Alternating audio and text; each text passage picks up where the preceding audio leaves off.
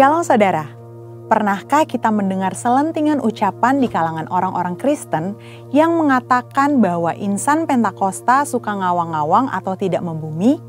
Apakah benar orang Pentakosta hanya peduli tentang karunia-karunia roh, kedatangan Tuhan Yesus yang kedua kali, dunia roh, dan hal-hal lain yang mungkin dianggap abstrak atau tidak relevan bagi kehidupan manusia di bumi pada saat ini? Tentu saja tidak. Insan Pentakosta memang sangat bergantung pada tuntunan Roh Kudus dalam hidupnya sehari-hari. Tapi kita juga membumi dan peduli dengan isu-isu global loh. Mari kita bahas hal ini dari sudut pandang firman Tuhan dalam Voice of Pentecost kali ini. Pada mulanya Allah menciptakan langit, bumi, dan segala isinya. Kemudian Allah membentuk manusia dari debu tanah sesuai dengan gambar dan rupanya sendiri. Manusia diberikan perintah untuk menguasai dan memenuhi bumi sambil menikmati persekutuan yang intim dengan Allah. Ini yang dikenal sebagai mandat penciptaan. Ini artinya kita diberikan tugas untuk terlibat dalam berbagai bidang kehidupan dan memberikan dampak sosial dengan pertolongan dari Roh Kudus. Sebagai masyarakat global, tentu insan Pentakosta tidak dapat berpangku tangan saja dan tidak peduli dengan berbagai isu hangat yang sedang berkembang di dunia. Yang pertama, perubahan iklim. Konsensus para ahli menunjukkan bukti terjadinya perubahan iklim yang diakibatkan oleh pemanasan global sebagai dampak dari kelalaian manusia dalam menjaga lingkungannya. Alkitab menuliskan kisah Nuh yang disuruh Tuhan untuk membangun sebuah bahtera yang sangat besar bersama-sama keluarganya demi mempertahankan kelestarian keragaman hayati dari hewan-hewan yang ada. Nah, sebagai insan Pentakosta yang dipimpin Roh Kudus, tentu kita juga perlu menjadi keseimbangan ekosistem yang ada. Bagaimana caranya? Dengan taat kepada berbagai peraturan pemerintah. Yang kedua, isu SARA, suku, agama, ras, dan antar golongan. Seringkali permasalahan yang terkait dengan SARA banyak ditemukan di negara-negara berkembang. Namun, di negara maju juga terjadi berbagai masalah yang berhubungan dengan isu ini. Contohnya, peristiwa demonstrasi Black Lives Matter di Amerika Serikat yang sudah muncul sejak tahun 2013 dan meledak pada tahun 2020. Di Indonesia, isu SARA seringkali dimanfaatkan dalam dunia politik. Seringkali satu pihak menyebut pihak lain dengan berbagai istilah yang sangat tidak pantas. Hal yang disayangkan ialah ada juga sebagian orang-orang Kristen yang terprovokasi dan ikut-ikutan. Nah, apa yang dikatakan Alkitab mengenai isu SARA ini? Rasul Paulus menasihati supaya gereja tidak terbagi-bagi antara golongan Paulus, Apolos, atau Kefas. Seperti yang tertulis dalam 1 Korintus 1 ayat 12-13. Selain itu, dalam Yohanes 17 ayat 21-23, Tuhan Yesus sendiri mendoakan para murid saat di Taman Getsemani supaya mereka menjadi satu. Di sini terlihat bahwa Allah berkenan kepada kesatuan dan bukan perpecahan akibat isu SARA. Di era Pentakosta ketiga ini, Roh Kudus yang dicurahkan secara dahsyat justru akan meruntuhkan berbagai benteng SARA. Dalam kitab Kisah Para Rasul, kita dapat melihat bagaimana Roh Kudus dicurahkan pertama-tama kepada orang-orang Yahudi, tetapi kemudian kepada orang-orang bukan Yahudi. Hal ini terjadi sehingga semua orang dari berbagai suku, kaum, dan bahasa bisa mendengar pemberitaan Injil Yesus Kristus dan percaya kepadanya. Salah satu bukti nyata bahwa insan Pentakosta menentang isu SARA adalah adanya Pentecostal World Fellowship atau PWF, di mana gereja-gereja Pentakosta di seluruh dunia dari berbagai suku dan golongan yang berbeda bergabung dalam satu misi untuk menyatukan dan memobilisasi keluarga-keluarga yang dipenuhi oleh Roh Kudus dalam rangka menyelesaikan amanat agung Yesus Kristus. Gereja kita, GBI Jalan Jenderal Gatot Subroto, juga menjadi anggotanya. Sebagai insan Pentakosta, setidaknya kita dapat melakukan hal-hal ini untuk mengatasi isu SARA yang banyak beredar. Pertama, kita harus hidup dipenuhi dengan Roh Kudus sehingga kita tidak mudah terprovokasi dengan berita-berita yang ada di media sosial. Kedua, fokus pada kehendak Allah pada zaman ini, yaitu penyelesaian amanat agung Tuhan Yesus supaya menjadi murid Tuhan Yesus. Dari pemaparan kedua hal tadi, dapat dipahami bahwa kita sebagai insan Pentakosta perlu peduli dan turut serta berperan aktif dalam mengatasi isu-isu sosial kontemporer yang berkembang di masyarakat kita, baik secara lokal maupun secara global. Insan Pentakosta dipanggil Tuhan untuk menjadi garam dan terang yang memberi dampak bagi dunia. Kiranya Roh Kudus memberikan paradigma yang baru dalam memandang dan terlibat dalam penyelesaian isu-isu sosial yang berkembang di masyarakat, dan kuasa untuk kita dapat berkontribusi dalam penyelesaiannya. Untuk penjelasan lebih lengkap dari tim teologi kami, silakan klik link yang ada di atas atau scan QR Code yang tersedia. Tuhan Yesus memberkati.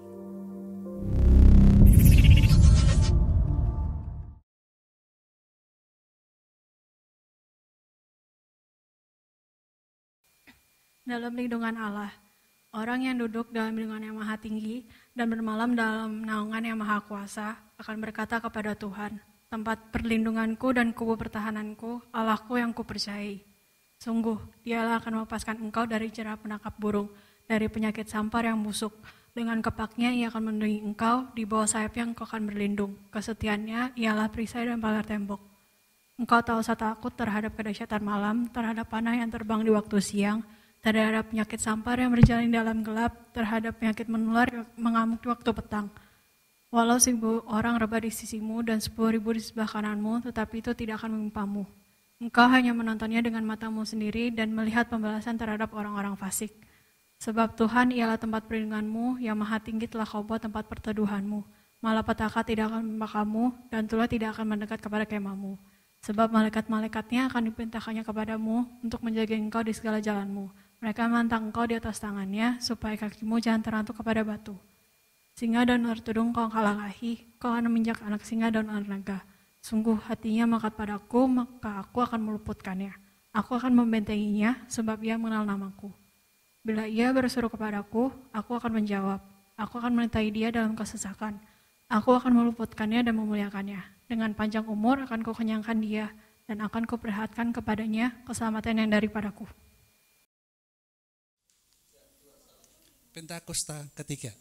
1. Pentakosta ketiga adalah pencurahan Roh Kudus yang dahsyat di zaman ini melebihi yang terjadi di Azusa Street.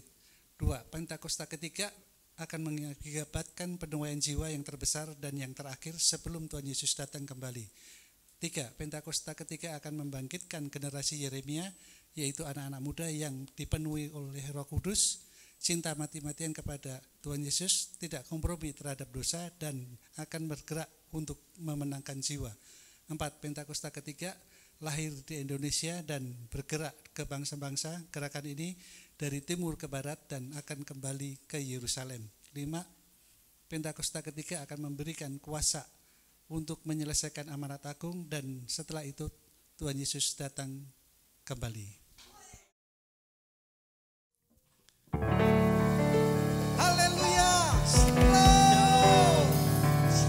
Apa kabar semua? Saya percaya kita semua dalam keadaan sehat. Amin. Yang amin, beri tepuk tangan yang terbaik untuk Tuhan Yesus. Allah yang luar biasa, Allah yang dahsyat.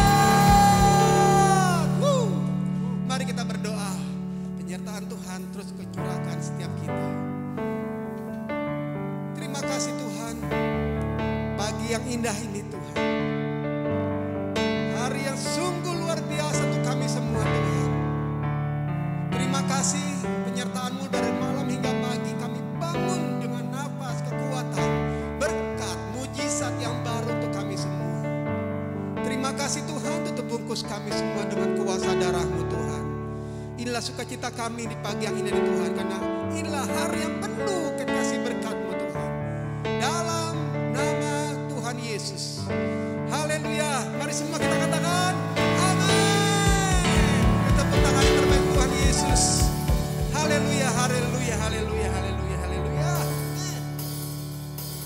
Mari saudara semua, kita akan pujian ini. Inilah hari yang luar biasa, hari yang sungguh dahsyat. Terima kasih Tuhan. Hari ini hari yang telah dijadikan Tuhan. Mari kita bersuka. Amin.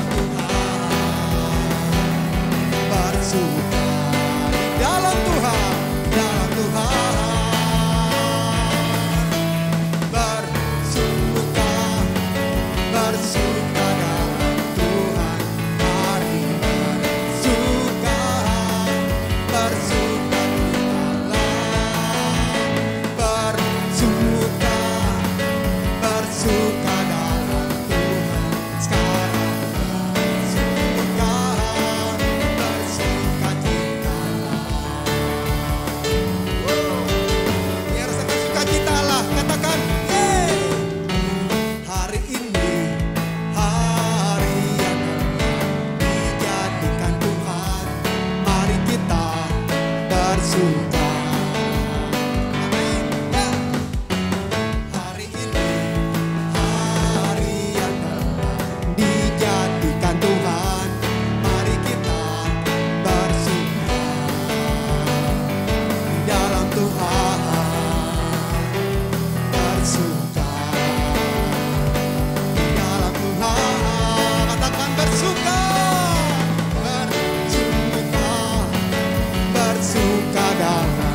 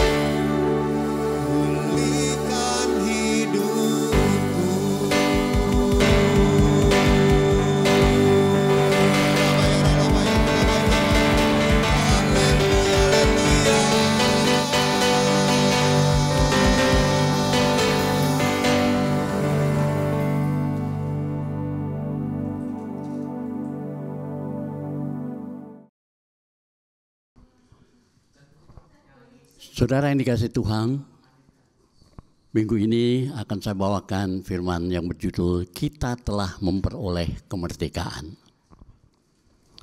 Saudara yang dikasihi Tuhan, bangsa Indonesia hari-hari ini sedang merayakan kemerdekaannya yang diperolehnya pada tanggal 17 Agustus 1945.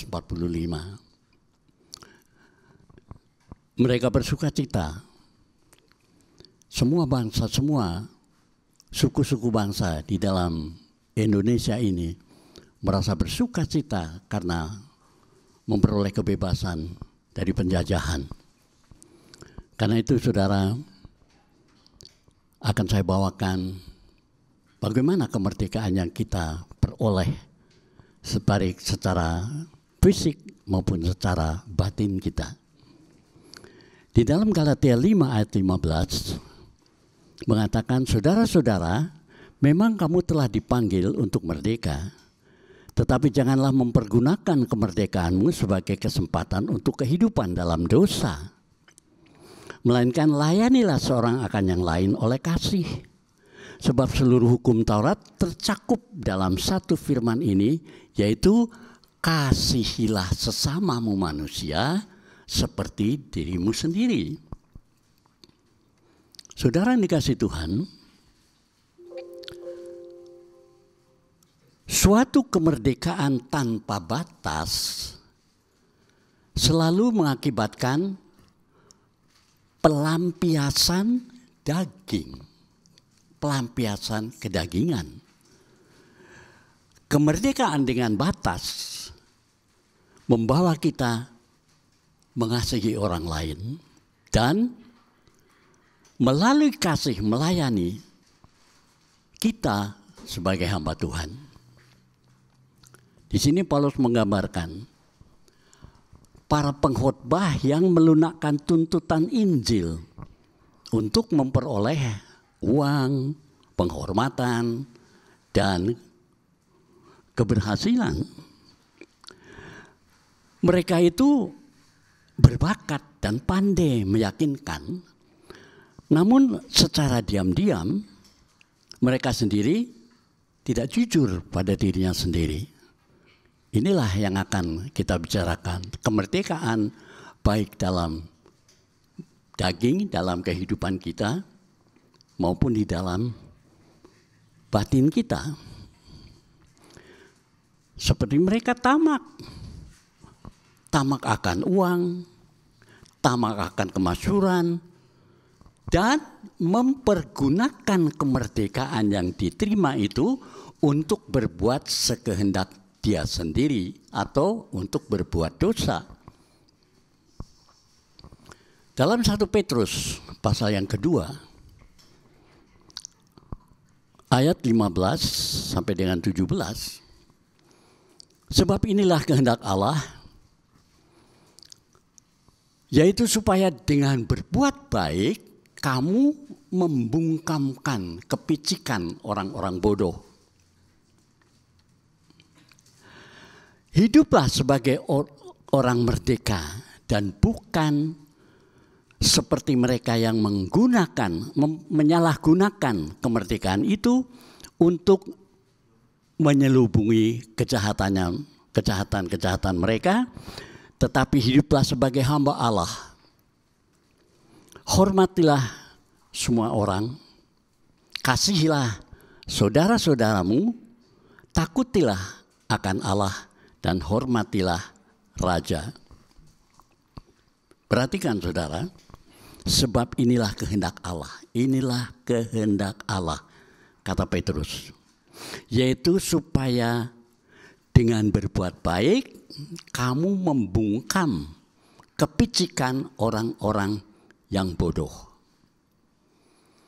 Hiduplah sebagai orang merdeka dan bukan seperti mereka yang menyalahgunakan. Jadi kemerdekaan yang diterima itu disalahgunakan justru untuk kepentingan sendiri, untuk memuaskan kehidupannya sendiri, dan juga untuk hal-hal yang tidak menyenangkan orang lain. Saudara, demikianlah cara hidup yang kudus, yaitu kasihilah saudara-saudara, takutlah akan Allah, hormatilah raja. Firman Tuhan mengatakan hormatilah raja, tapi dalam kehidupan hari-hari ini hormatilah pemerintahan kita.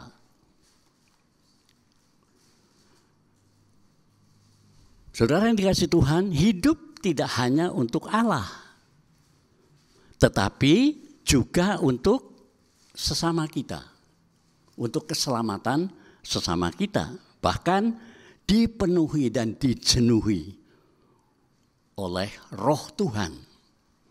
Cara hidup ini berlawanan dengan cara hidup sia-sia orang yang tidak beriman, yang mempergunakan kemerdekaan menurut kepentingannya sendiri. Tetapi Tuhan mau kemerdekaan yang diberikan adalah untuk hidup indah, bijaksana untuk kepentingan sesama. Dan Petrus mengatakan selanjutnya dalam Petrus pasal yang kedua, ayat yang ketiga, tetapi kamu saudara-saudara yang terkasih, kamu telah mengetahui hal ini sebelumnya. Karena itu waspadalah, supaya kamu jangan terseret ke dalam kesesatan orang-orang yang tak mengenal hukum. Dan jangan kehilangan peganganmu yang teguh. Tetapi bertumbuhlah dalam kasih karunia dan dalam pengenalan akan Tuhan dan Juru Selamat kita, Yesus Kristus. Baginyalah kemuliaan sekarang dan sampai selama-lamanya. Saudara dikasihi Tuhan, karena itu waspadalah. Demikianlah firman Tuhan mengatakan waspadalah. Walaupun kita telah memperoleh kemerdekaan, kita harus tetap waspada.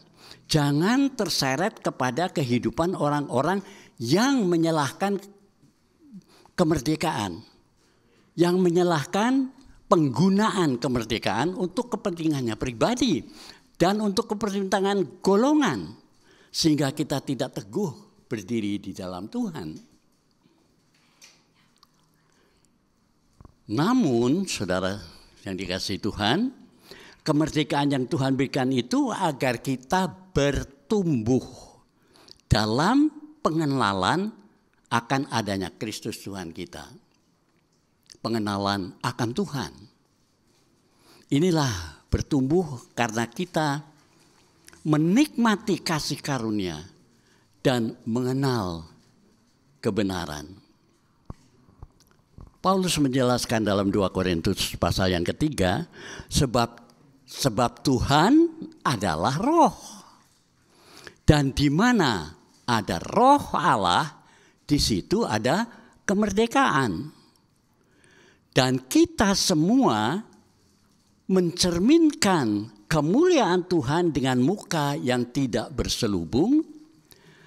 Dan karena kemuliaan itu datangnya dari Tuhan yang adalah roh, maka kita diubah menjadi serupa dengan gambarnya dalam kemuliaan yang semakin besar. Demikian kata Paulus, Tuhan adalah roh yang akan memberikan kita kemerdekaan yang sejati, kemerdekaan yang sebenarnya. Karena Tuhan adalah roh, maka begitu hati kita harus berpaling kepadanya. Hati kita harus berpaling kepadanya. Selubung yang menghalangi kita berpaling kepada Dia harus segera diambil, dan hati kita dibebaskan dari belenggu-belenggu dosa. Itu kalau kita selalu ingat kepada Tuhan. Kita memperoleh kemerdekaan jika semua dosa yang ada di dalam diri kita, kedengkian, kebencian dan sebagainya dihilangkan. Jadi kemerdekaan yang datang melalui Kristus pertama-tama dan yang terutama merupakan pembebasan dari hukuman dan perbudakan dosa dan seluruh kuasa iblis. Jadi saudara, yang pertama kemerdekaan sebenarnya diperoleh dengan bersatunya orang percaya dengan Kristus. Dan penerimaan Roh Kudus. Pembebasan dari perhambaan rohani dipelihara melalui roh yang berdiam di dalam diri orang percaya, yang dipelihara melalui ketaatan dan keteguhannya terhadap bimbingannya. Itu yang pertama. Ketaatan, keteguhannya kepada Tuhan. Itu yang pertama. Yang kedua, kemerdekaan itu disediakan oleh Kristus bukanlah kemerdekaan agar orang percaya melakukan apa saja yang mereka inginkan, tetapi untuk melakukan apa yang hukum Tuhan harus dilakukan. Hukum Tuhan, firman Tuhan yang harus dilakukan. Yang ketiga, Roh Tuhan itu adalah Tuhan sendiri. Di dalam Dia ada kemerdekaan. Sehingga kemerdekaan yang kita peroleh bukan hanya kemerdekaan secara daging, tetapi juga kemerdekaan di dalam roh kita yang tidak dikuasai oleh dosa atau oleh iblis. Saudara yang dikasihi Tuhan, suatu pengharapan yang indah bagi anak-anak Tuhan adalah Roma 8 ayat 19 sampai dengan ayat yang ke-21 mengatakan, sebab dengan sangat rindu seluruh makhluk menantikan anak-anak Allah dinyatakan. Karena seluruh makhluk telah ditaklukkan kepada kesia-siaan, bukan oleh kehendaknya sendiri, tetapi oleh kehendak Dia yang telah menaklukkannya. Tetapi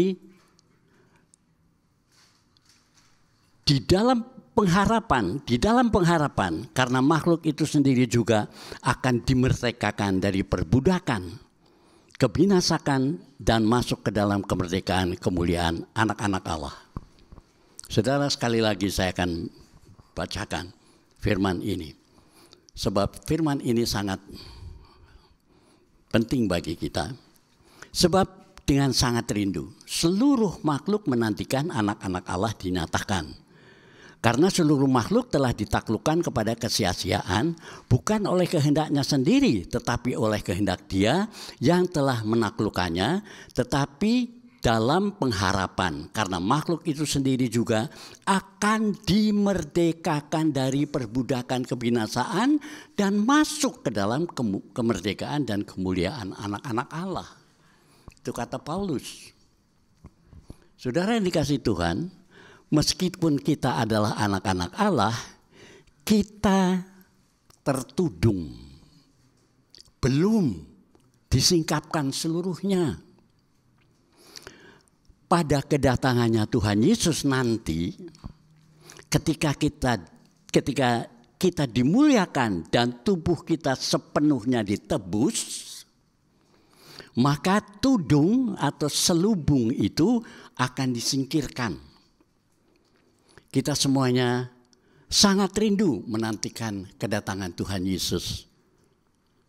Saat ini semua makhluk masih berada di bawah perbudakan.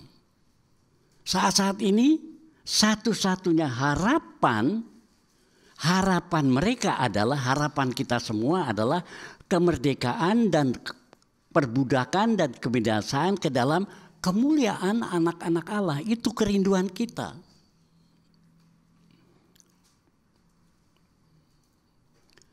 Yohanes 8 ayat 30.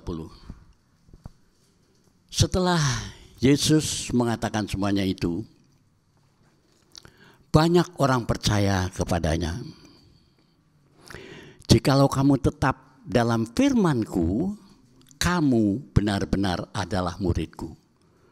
Dan kamu akan mengetahui kebenaran, Dan kebenaran itu akan memerdekakan kamu. Perhatikan saudara. Jikalau kamu tetap dalam firman-Ku, kamu benar-benar adalah murid-Ku. Dan kamu akan mengetahui kebenaran, dan kebenaran itu akan memerdekakan kamu. Jadi yang pertama saudara, jikalau kamu tetap dalam firman-Ku. Jikalau kamu tetap dalam firman-Ku. Yesus tidak pernah mendorong murid-murid agar mempraktekkan iman dan pengalaman yang lampau. Ya, kehidupan yang lama. Ya, seperti juga bangsa Yahudi ya, yang diajar oleh hukum Taurat. Bukan. Tetapi keselamatan hanya terjamin apabila kita tetap dalam firman Tuhan Yesus. Murid Kristus sejati akan senantiasa taat kepada firman-Nya. Perhatikan saudara, jikalau kamu tetap dalam firman-Ku, murid Kristus sejati akan senantiasa taat kepada firman-Nya. Yang kedua, kebenaran itu akan memerdekakan kamu. Dalam konteks pengetahuan manusia ada banyak hal yang dianggap benar. Ya. Namun hanya ada satu kebenaran yang dapat memerdekakan. Orang yang dapat memerdekakan orang dari dosa, penghancuran, dan kekuasaan iblis. Yaitu kebenaran mengenai Yesus Kristus yang terdapat dalam firman Allah. Beberapa tinjauan mengenai kebenaran adalah yang pertama, Alkitab khususnya pernyataan asli mengenai Kristus dan para rasul di Perjanjian Baru. Menegaskan tentang kebenaran yang membebaskan manusia dari dosa, dunia, dan kuasa kegelapan. Alkitab, saudara. Itu khusus satu pernyataan asli mengenai Kristus. Karena itu baca firman Tuhan setiap hari. Yang kedua adalah pernyataan selanjutnya tentang kebenaran tidak diperlukan untuk melengkapi atau menyempurnakan Injil Kristus. Pernyataan selanjutnya tentang kebenaran tidak diperlukan untuk melengkapi atau menyempurnakan Injil Kristus. Kebenaran apa? Kebenaran dirinya sendiri. Injil Kristus cukup memenuhi kebutuhan kita, kehidupan kita. Dan yang ketiga, kebenaran yang menyelamatkan hanya dinyatakan oleh Allah melalui Roh-Nya dalam batin kita dan tidak berasal dari seorang atau ilmuwan atau hikmat manusia. Akhirnya saudara, Paulus mengatakan dalam Galatia, supaya kita sungguh-sungguh merdeka, Kristus telah memerdekakan kita. Karena itu berdirilah teguh dan jangan mau dikenakan kuk perhambaan. Saudara yang dikasihi Tuhan, perhambaan di zaman penjajahan sebelum tahun 1945, di mana bangsa Indonesia mengalami penjajahan bangsa-bangsa lain atau bangsa-bangsa asing. Dan Tuhan telah memerdekakan bangsa kita sendiri.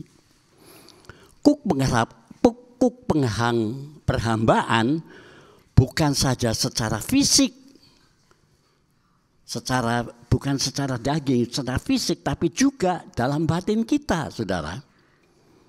Jadi kemerdekaan bukan hanya kemerdekaan dalam daging, ya, tetapi secara batin. Ya, seperti apa? Kebencian, kemunafikan, kesesatan, ajaran-ajaran sesat. Itu yang menyebabkan manusia tidak merdeka. Itu yang menjajah kehidupan batin kita. Secara fisik kita sudah merdeka. Tetapi secara batin mungkin masih tinggal di dalam batin. Seperti yang saya sebut di atas, atau kepercayaan-kepercayaan yang merugikan kehidupan kita. Saudara, jangan sampai kita sendiri dan bahkan bangsa Indonesia yang sudah merdeka ini tetapi dalam batin dikuasai oleh ajaran-ajaran sesat yang menjajah kehidupan mereka dan yang tidak memberkati dan tidak menyelamatkan. Karena itu, marilah kita bertobat. Petrus mengatakan di dalam 2 Petrus pasal 3, Tuhan tidak lalai menepati janjinya. Sekalipun ada orang yang menganggapnya sebagai kelalaian, tetapi ia sabar terhadap kamu. Karena ia mengetahui supaya jangan ada yang binasa, melainkan supaya semua orang berbalik dan bertobat. Hati Tuhan bukan tertuju kepada waktu penggenapan janjinya, melainkan tertuju kepada umatnya yang dimilikinya secara khusus. Sekali lagi, hati Tuhan bukan tertuju waktu penggenapan janjinya, melainkan umatnya yang dia miliki. Ya. Yang dia miliki secara khusus. Artinya, seorang yang selalu membaca firman Tuhan setiap hari, berdoa setiap hari, memuja-muji Tuhan, dan juga Tuhan kehidupannya dipimpin oleh Roh Kudus. Hari-hari ini sedang tercurah Roh Kudus di dalam Pentakosta yang ketiga. Roh Kudus akan masuk dalam kehidupan anak-anaknya dan akan memimpin kehidupan mereka, ya, dan untuk memperoleh kebenaran demi kebenaran. Saudara yang dikasihi Tuhan, harta pusaka yang ia menginginkan seorang di antara kita, yaitu adalah penebusan Tuhan. Tuhan telah menebus kehidupan kita, dan saudara, penebusan Tuhan pada akhirnya nanti, ketika Tuhan Yesus datang, dia akan datang pada umatnya yang dikasihinya, yang setiap hari membaca firman, berdoa, memuji dan menyembah Tuhan. Dan dia akan membawa murid-muridnya itu bersama-sama dengan dia. Demikianlah kemerdekaan. Karena itu bagi kita saudara-saudara dikasihi Tuhan, marilah periksa, bukan hanya secara batin kemerdekaan itu diberikan, tetapi maksud saya bukan secara fisik Tuhan itu memberikan kemerdekaan, tetapi juga secara batin. Jadi lahir batin itu memperoleh kemerdekaan yang sejati. Jadi hari-hari ini kita masih selalu harus memuji, menyembah Tuhan, supaya batin kita memperoleh kemerdekaan yang sejati, sehingga kita akan bersama-sama dengan Dia di dalam kemuliaan. Mari kita tundukkan kepala, kita berdoa. Bapa yang baik, Bapa yang kami sembah di dalam nama Tuhan Yesus, kami mengucap syukur atas penebusan yang sudah Kau berikan pada kami, Tuhan. Kami yakin, percaya, dan kami menyadari bahwa hari-hari ini Engkau menuntun kehidupan kami. Roh-Mu yang kudus ada dalam kehidupan kami, memimpin kehidupan kami untuk memperoleh kemerdekaan yang sejati. Mari Tuhan, tuntun kami, arahkan kami kepada jalan kebenaran-Mu, dan jadikan kami Tuhan contoh bagi orang-orang yang belum bertobat, orang-orang yang belum menerima Engkau sebagai Tuhan dan Juru Selamat. Kuduskan kami, kuduskan Tuhan. Terima kasih Tuhan Yesus. Kami juga berdoa untuk bangsa Indonesia yang telah menerima kemerdekaan ini. Tuhan, mari biarlah kemerdekaan yang bangsa Indonesia terima ini menjadi suatu kemerdekaan yang kekal. Bukan hanya kemerdekaan dalam daging, tetapi kemerdekaan yang kekal di dalam kehidupan mereka. Terima kasih Tuhan, terima kasih Tuhan. Kami serahkan bangsa Indonesia ini dalam tangan penguasa-Mu, dalam pimpinan-Mu Tuhan. Ampuni akan segala hal yang tidak berkenan di hati-Mu. Terima kasih Tuhan Yesus. Kami mengucap syukur dalam nama Tuhan Yesus. Haleluya. Amin. Haleluya Yesus. Bapa dalam surga, kami mengucap syukur untuk ibadah kami yang boleh berjalan dengan baik dan sempurna pada hari ini Tuhan. Terima kasih Bapa untuk hamba-Mu yang telah menyampaikan firman-Mu. Kami bersyukur, kami berterima kasih. Oh haleluya, berkati setiap firman-Mu Tuhan, supaya menjadi rema di dalam setiap kehidupan kami jemaat Tuhan di tempat ini. Terima kasih, berkati hamba-Mu yang telah menyampaikan firman-Mu. Berkati pelayanannya Tuhan, berkati keluarganya, dan bahkan dimanapun dia melayani Tuhan, biarlah lewat firman yang ditabur oleh hamba-Mu ini boleh membawa jiwa-jiwa dan dipersembahkan kepada Tuhan Yesus. Terima kasih Bapa, terima kasih Tuhan, Kau baik, dan kami bersyukur, berterima kasih untuk saat ini kami membawa hamba-Mu lagi Tuhan, gembala pembina kami memberkati mereka Tuhan. Oh pendeta Dr. Insinyur Niko Nyotor Harjo bersama-sama dengan keempat wakilnya Bapa, Engkau berkati setiap pelayannya di mana saja dia melayani, bahkan di dalam dan di luar negeri. Tuhan berkati, bahkan setiap HMC yang dilaksanakan di setiap kota di seluruh pelosok tanah air, kami memberkati banyak jiwa-jiwa yang disembuhkan, diselamatkan, dipersembahkan kepada Tuhan. Dalam nama Yesus kami bersyukur, berkati hamba-Mu ini, berkati keluarganya, berkati keempat wakilnya Tuhan, bersama seluruh keluarga besarnya, ada damai sejahtera, sukacita, ada berkat yang melimpah. Terima kasih Bapa, terima kasih. Kami juga berdoa Tuhan, oh haleluya, bagi bangsa, bagi generasi Yeremia yang cinta mati-matian akan Tuhan Yesus. Oh haleluya Tuhan, dan tidak kompromi akan dosa. Oh, Engkau pakai secara luar biasa generasi Yeremia pada zaman ini untuk membangun bangsa ini, menyelesaikan amanat agung di seluruh pelosok tanah air. Oh haleluya Tuhan, bahkan di era Pentakosta ketiga ini Tuhan, yang tercurah di negara Republik Indonesia. Oh haleluya, yang dahsyat, yang luar biasa Tuhan. Bahkan hamba-hamba-Mu yang melayani seluruh pelosok tanah air, mulai dari timur ke barat, bahkan Tuhan sampai ke bangsa-bangsa dan kembali ke Yerusalem.